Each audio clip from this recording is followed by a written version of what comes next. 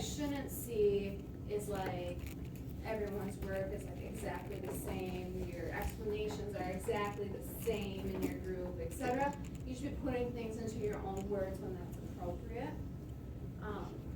So that's that. So today I want to just get into word problems a little bit. And not necessarily word problems, but if we had a picture of a parabola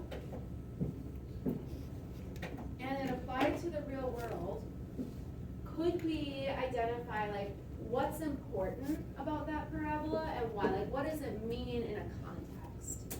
Okay? Because tomorrow you're going to get a context, you're going to get a formula, you're going to have to make a graph and analyze the graph. Okay? You're going to have to use the quadratic formula a little bit, but you can talk to each other. You're going to have to find the vertex by finding the middle of your solutions, but you can talk to each other. It's not like test format where you have to silently think about it and you can't talk about the learning. And so I want to prepare you for that instead of just like, I have no idea, I have no idea, I have no idea. So instead of taking notes today, you're going to be just doing some talking with your groups, which is why it was so important to me that your phones were down during the last two things, that you were saying what you thought and why. Okay? What do you think and why?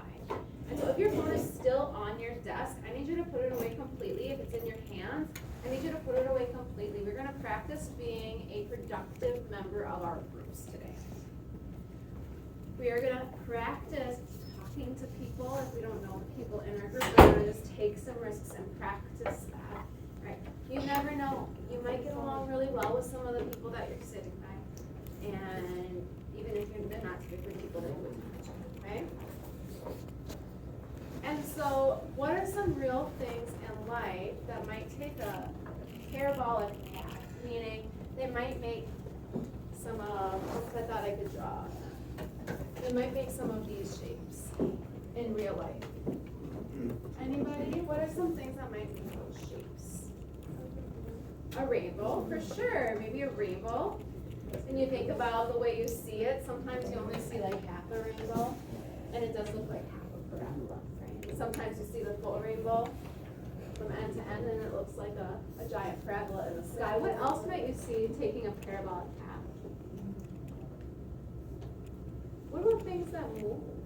Anything that moves that might move in a curved shape like that? Two things that I think about is shooting a basketball. So let's see.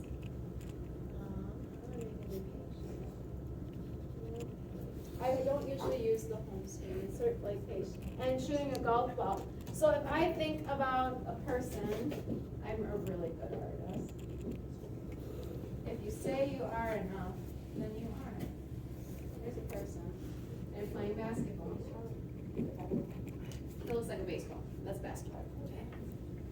Okay. And they're trying to get it in the hoop. Man, this is going to be real bad. There's the hoop. Okay?